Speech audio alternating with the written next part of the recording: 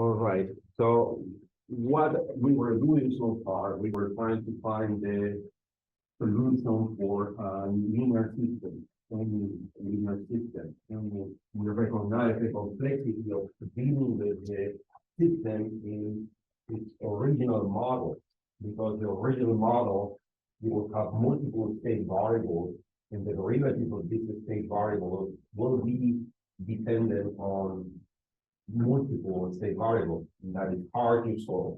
So we found that we can obtain a transformation, apply a transformation, and that transformation will decouple the system. Why? Because now the model is going to be represented in matrix form using a system matrix that is diagonal.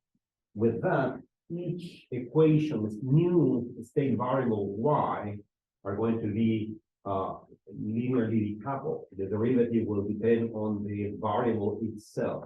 So we can find the solution of each state variable y to transform the state variable, and then we will get the solution. And when we get the solution, we will convert this vector of the individual solution y, we will convert it back to the variable x and get the solution of the system. So we were working with this test system.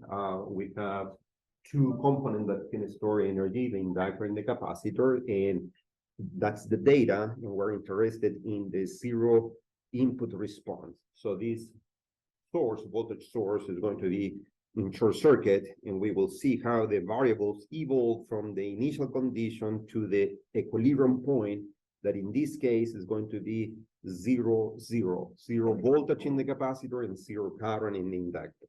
So we did that with those parameters. We got the formulation in a steady space, and we consider just the zero input response.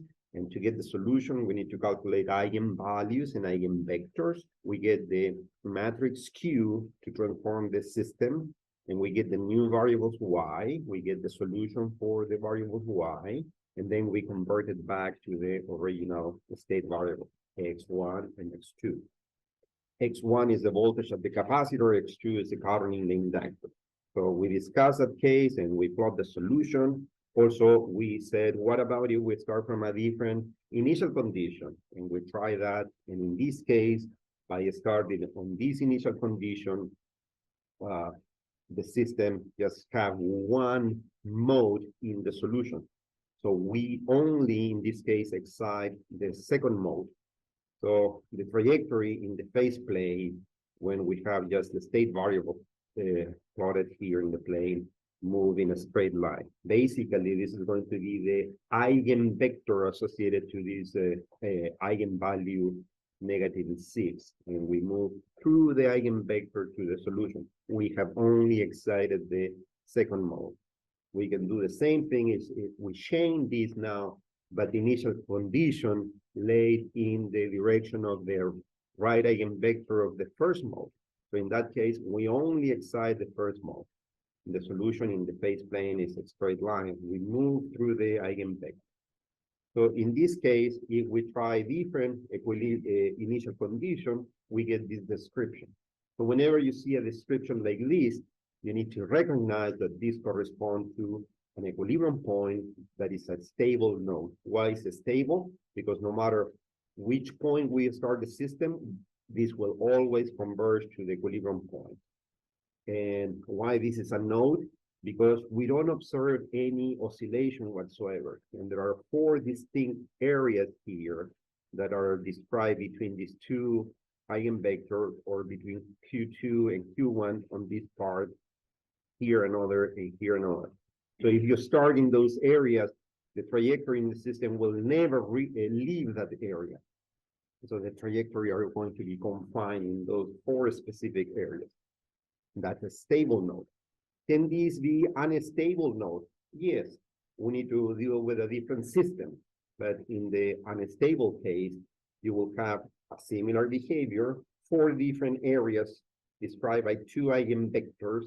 But no matter where you start the system, this will always diverge to infinity. Yeah. So that's the behavior, and that corresponds to an unstable node.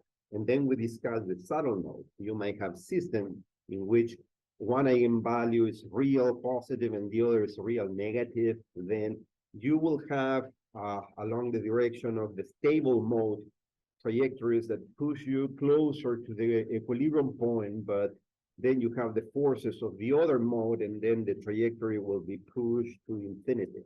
This is unstable. Even though it seems that the system is stable, at the end, you will always diverge to infinity. And finally, we were talking about this system. We're going to tweak the system. And what is the tweaking here? Basically, change the interaction of the energy stored in the components. By reducing the resistor R2, what we're going to do, we're going to decrease the dissipation of energy, so the inductor will retain more energy in each cycle.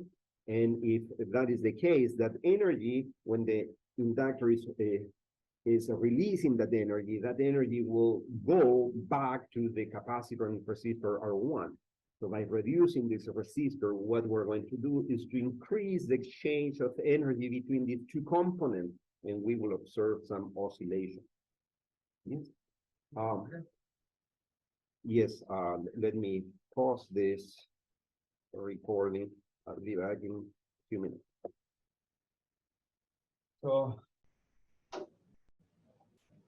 yeah, it's recording. I'm sorry, guys.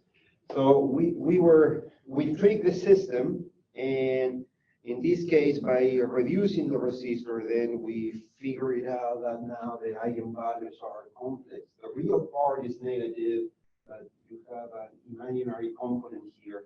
Due to this imaginary component, then we recognize that the system will oscillate now. So here we need to calculate the eigenvector that is going to be complex as well, and you need to exercise. There was a matrix that you were supposed to calculate eigenvalues and eigenvector that were complex. So we need to exercise with that. But here we need to do the same thing to determine these eigenvectors that is complex. Yeah. So that's with that eigenvector, we get the matrix Q. We apply get the transformation, which is Q inverse. We get the initial condition in our transformer system. We find the solution and look at the solution, how this looks like now. And then by using the matrix Q, we go back to the original system. So what is something that might be kind of surprising at this point is that X1 and X2 are supposed to be real variables. You have X1, which is the voltage in the capacitor, and X2 is the current in the inductor. There is no way that these are going to be complex, right?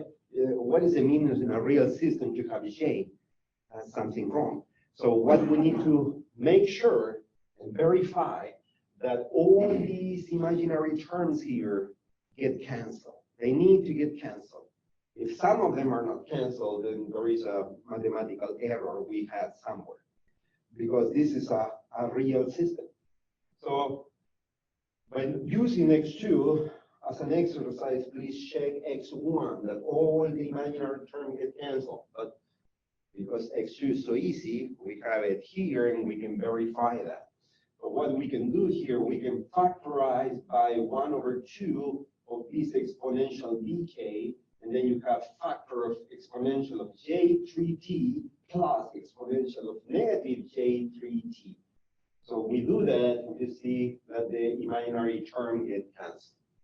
Yeah. So for X1 also, you need to work with this, and after some algebraic manipulation, you should be able to show that X1 corresponds basically to this cosine term that gets damped with this exponential decay. Yeah? So that's the solution. We validate something that now with eigenvalues that are complex, you will have oscillation in the system. Physically, the energy of the inductor is being exchanged with the energy in the capacitor, and both of them send energy back and forth with some decay, because you have a resistor R2 and a resistor R1 that will dissipate this energy, and eventually these variables, voltage in the capacitor and current in the inductor, will be zero. So that's what we did. We plot this in time. We will get this behavior. You kind of see the oscillation there. And by looking at the oscillation, we can observe also that we can determine what is the period of the oscillation. Don't look here yet. You look at the figure. What is the period? You look at that and get a guess. What is that? About 2 hertz. About 2 seconds. That's the 2 period. seconds, 2 seconds. So the frequency is 1/t, so 0.5 hertz. That's why looking at this, right? But where we can get this, we get this from the eigenvalue. The eigenvalue is a pair of complex conjugate eigenvalue. So the imaginary part of the eigenvalue is going to be 3. One mode is plus J3, the other is negative J3. But this imaginary term is called the frequency. So this is 3 radians per second. So we know that the radians per second, this is equal to 2 pi f. So we solve for f, and you get that the frequency for this oscillation is about 0.5 hertz, which is what we can observe there. And the period is a little bit more than 2 seconds. If we plot this in the phase plane, you can see now, because we were talking about this before, that there is an oscillation. Yeah, there is no way that we will have a stable node in this case, because the space is separated in 4 regions, right? And when we started in one region, the trajectory never leave that region. But in this case, there is a clear oscillation. So if we start from different initial conditions, then you can get the solution and plot them, and you will get this behavior. This is a spiral, and this is characteristic of this type of eigenvalue, and we will call this a stable focus. Why this is stable? Because no matter where you start as an initial condition, the system always will converge to the equilibrium point, which is 0. And focus because of this oscillation, this spiral. Can this become unstable focus? Yes, the same behavior, but now the trajectory will increase exponentially with an exponential increase to infinity. We can put all this together and put it in the complex plane. This is the real part of an eigenvalue. This is the imaginary part of an eigenvalue, and we can plot them here. And you calculated one pair that is a stable focus, then you will have one point here. This is the real part plus j, whatever imaginary part you have here, but then you have the conjugate of this. So you will have the same point on the negative part of the imaginary axis. So this is a pair of eigenvalues. Well, for that case, you will have a system that will oscillate with an exponential decay. If the eigenvalue is on the right side of the complex plane, this side, then you will have something similar. This is going to be a focus, but this will grow exponentially, and then you will have an unstable focus. If you're in the real axis here, the imaginary part is 0, then you will have an unstable node if the real part is positive, a stable node if you are there in the left side. If you have something on the imaginary axis and you don't have any real part, the real part is 0, then you will have an oscillation. But if the real part is 0, there is no exponential decay or exponential growth. And theoretically speaking, this oscillation should be sustained in time. That will not be the case in any real setting. Why not? What do you think? Because there's always some loss of energy. Some dissipation, some resistance in your circuit. So this will be hard to get in a real set. But mathematically speaking, yeah, that will be one possibility. Any questions so far? I'm sorry for all this delay in the issue that we have with the recording today. But that's the end of the chapter. And the idea is how we can find a solution of linear dynamic system. How we're going to do it by using this transformation. We will convert the system into a new representation, and we will solve it easily because the system is modeled by a decoupled system. So the derivative of each state variable depends on the state variable itself. We get the solution easily, and then we convert back to the original system. You need to practice how you calculate eigenvalues and eigenvectors for any matrix, okay?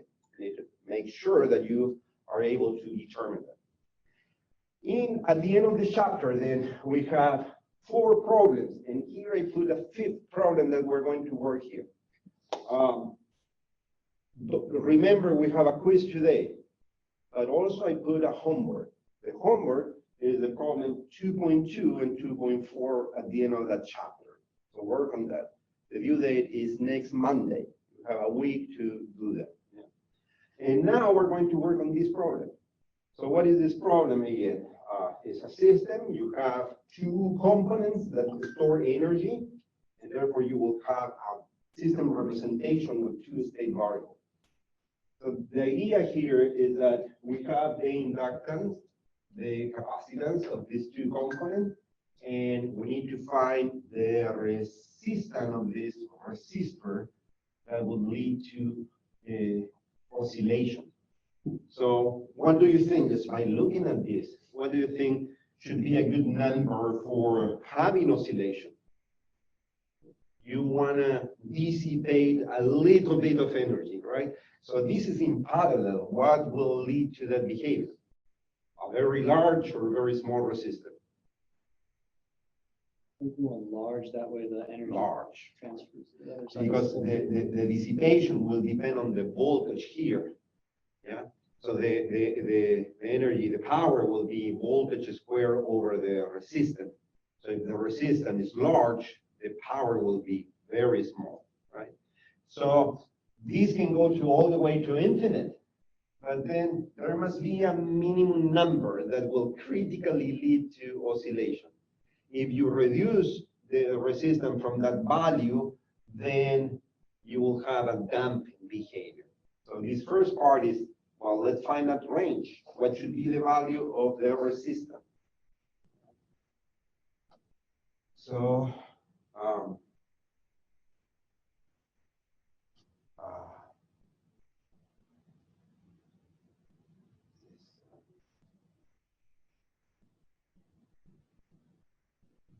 our problem today with this recording.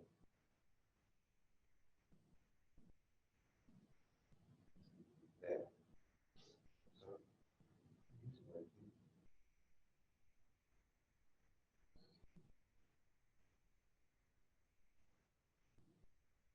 So, there. So, what we're going to do here, the first thing for part A, we need to find what is the fundamental equation of this system. So you have a parallel circuit with 3 components. What do you think is the fundamental equation? The voltage drop across each. Yeah, and the voltage drop is the same for all of them because this is a parallel circuit. So that equation probably will not be much help. The voltage is the same for all of them. Of course, we need to get the voltage in the capacitor. But when that is determined, that is the same voltage that you will have in the inductor and the resistor. So what do we need to apply here is the Kirchhoff current law. So you have the sum of all these current need to be equal to 0. So that's the first equation here.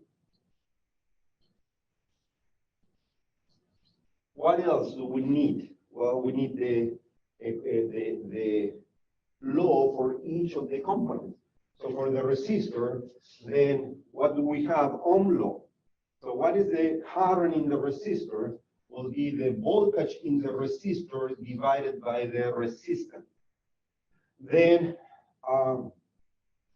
it's going to be plus current IC, and then we will have the current in the inductor. how much is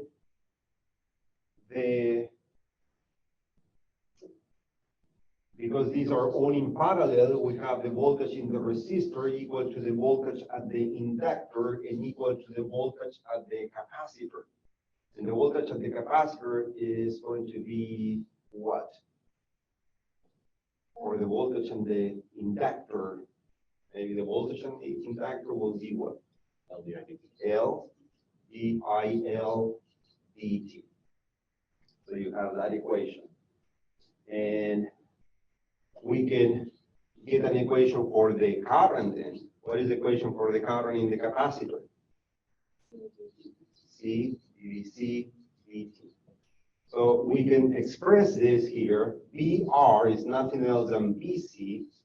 The current in the capacitor is going to be C dVc dt.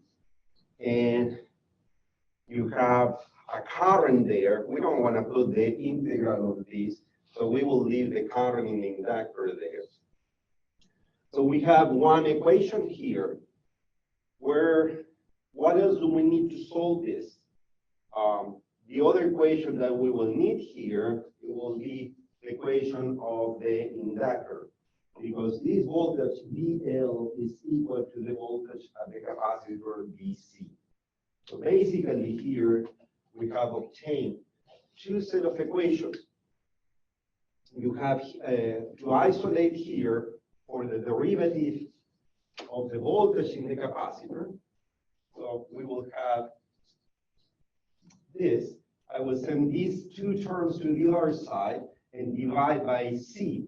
So we will have 1 over RC, voltage VC, and 1 over C, current IL. I am just isolating for the derivative.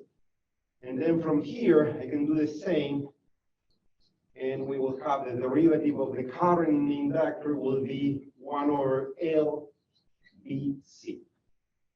So the model that we will use for this system is that one. We need to stop sharing there.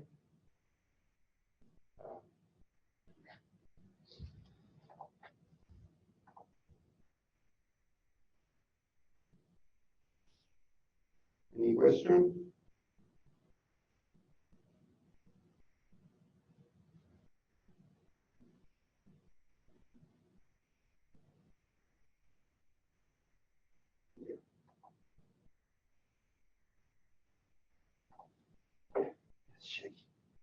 Yeah, so we have the model. This is going to be the model of our system. And now, because the system doesn't have any,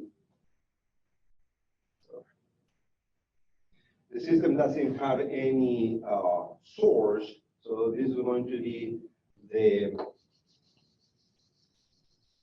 basically the autonomous system. So let me rewrite the equation here again. You will have the derivative of the voltage, and also the derivative of the voltage is just described with a point on top. And then the derivative of the current is going to be the vector. And then we write this in matrix form. So this is going to be the voltage. So you have 1 RC, and then you have this other term. And this matrix is going to be multiplied by VCIL. And the last equation is the derivative of the current will be proportional to the voltage DC. And that's what we have. So that's the state space representation for the system. When you deal with larger system, it's convenient to define the state variable. That is going to be x1 equal to VC and x2 equal to IL. So we can do that also here. And instead of using VC and IL, we just use these new variables x1 and x2. So when we have a large system, then it's convenient to use this notation. So the first thing we have here is we obtain the system matrix. And now, to find a solution for this, the first thing we need to do is to determine the eigenvalues for this system. So the eigenvalues are going to be determined by solving the characteristic equation that is obtained by getting the determinant and making the determinant equal to 0. So if we do that, then what we have here in the diagonal, you have L minus the component in that matrix A, component 1, 1. On this side, you don't have any term here on this matrix, and you have the negative of that.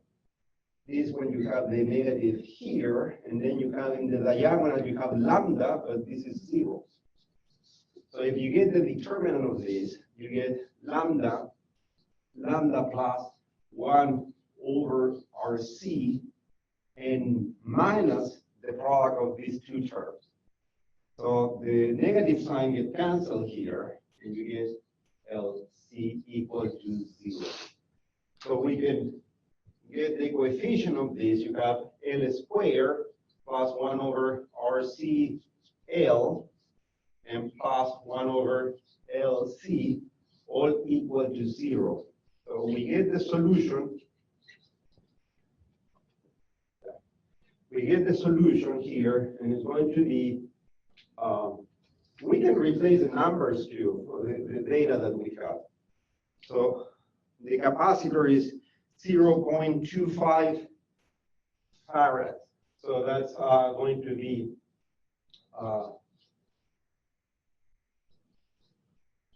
4 times 4 over the resistor.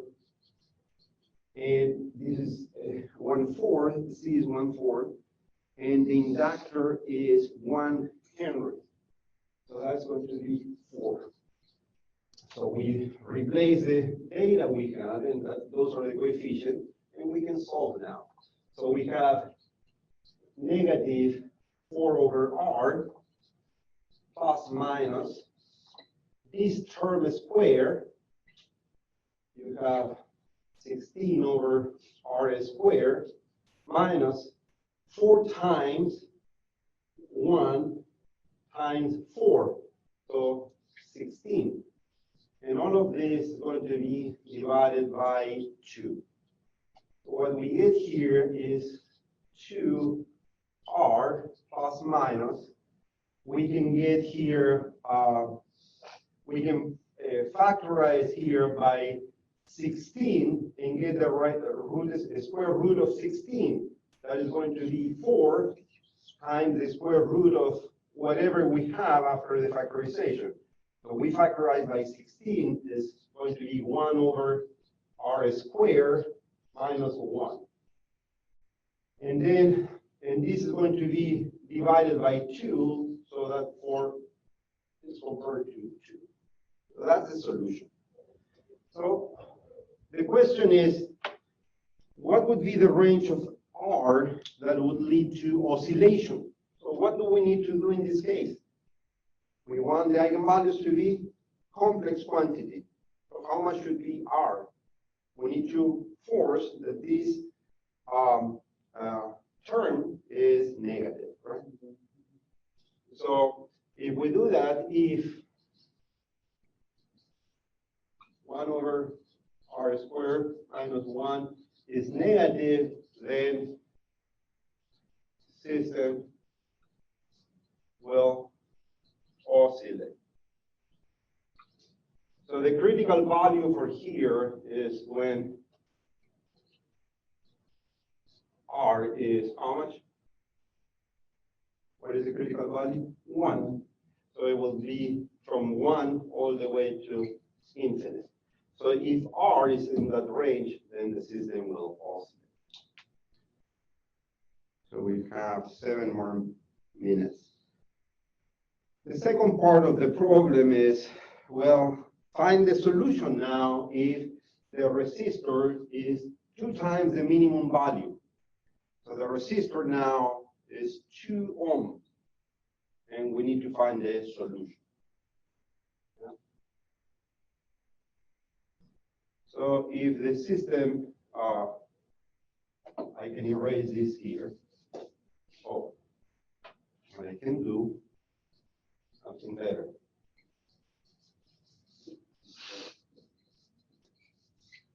I will not erase, and I will change the camera.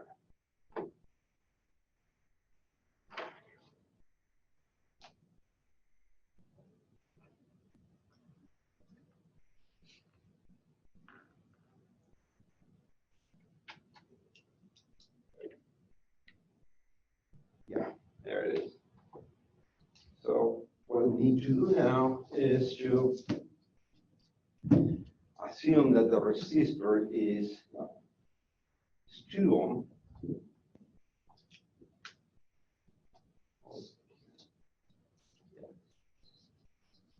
It's 2 ohm. So if the resistor is 2 ohm, then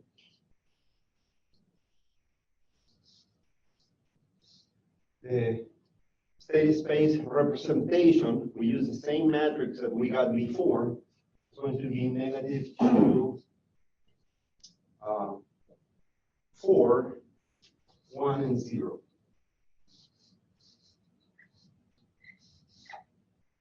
And the initial condition for this, voltage is 2 volts and the current is negative 1 amp. So the initial condition is going to be this one and this one. So when that is the case, that's the resistor, then we can immediately get the solution in the equation that we got for lambda. So you have negative 2 over the resistor. That's going to be negative 1.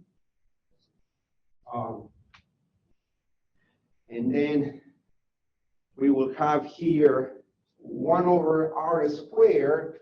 That is going to be 1/4. And inside you have negative 3/4. Are you following here? So if r is 2, you have 1/4 minus 1. So that's negative 3/4. And this negative 3/4. So this is going to be imaginary. So we have negative 1 plus minus. The square root of 4 get canceled with this one. So for j times the square root of 3. So those are the eigenvalues, and that's what we expected because the resistor is 2 ohm, then the system will have some oscillation. So the first thing we need to do here, the next thing we need to do is to get the eigenvector of this. So what we need to do, we need to get the equation, the singularity equation.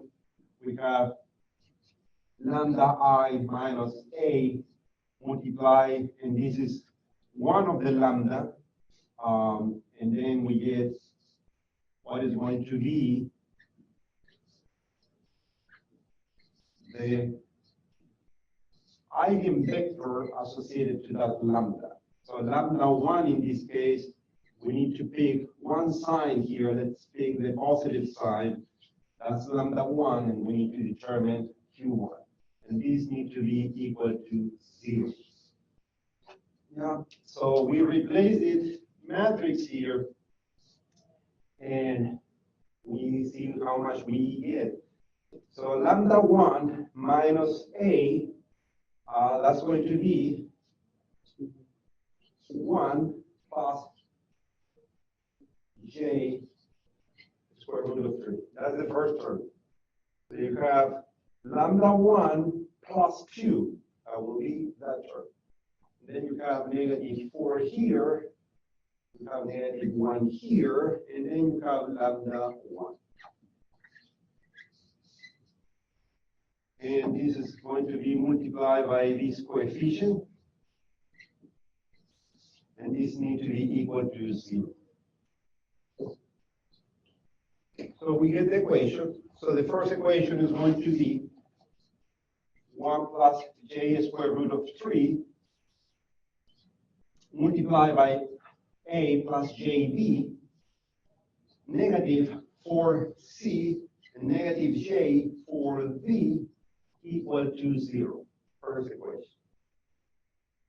Second equation, negative A, negative JB, this term multiplied by this, and now this term multiplied by this. And you have plus negative 1 plus J square root of 3 multiplied by C plus J E equal to 0. So these are two complex equations. So from here, we need to separate a real and imaginary part, and we will get 4 equations. But because this is a singularity, 2 of these equations are going to be linearly dependent. So basically, we need to get just 2 equations from here. Why don't we just work with this second equation and get the 2 equations we need? If we do that, we need to separate real and imaginary part. First thing we will do, we will expand this. So negative 1 multiplied by this will be negative C, negative JB. And then we will have plus J square root of 3C plus J squared D. J squared is negative 1. So that's the expansion of that last equation. Now, in that last equation, we get the real part, and we obtain negative A and negative C and negative D equal to 0. Now we get the imaginary part, and then we get negative B, negative V, and plus square root of 3C equal to 0. So from here, finally, we get that A is C plus B as one term, and the other term is B, is going to be square root of 3 of C negative D. So those are the equations we need to determine this, and we have 4 unknowns, and we have 2 equations. So we fix 2 of these, and then we get how much is A and B. So what do we want to pick? We pick anything that is simple. We can make D 0. We don't like the square root of 3. We can set C equal to 0 and D equal to 1. And therefore, A is going to be 1, and B is going to be negative 1. So with that, we got all the coefficients that we need to define Q1. So what is going to be Q2? Well, lambda 2 will be the conjugate. So how much is going to be Q2? Same Q1, but conjugate. And then we follow from there. We will continue with this problem next class. And I'm sorry again for all the issues with the recording. Thank you, guys. Don't forget the quiz today. We have a quiz.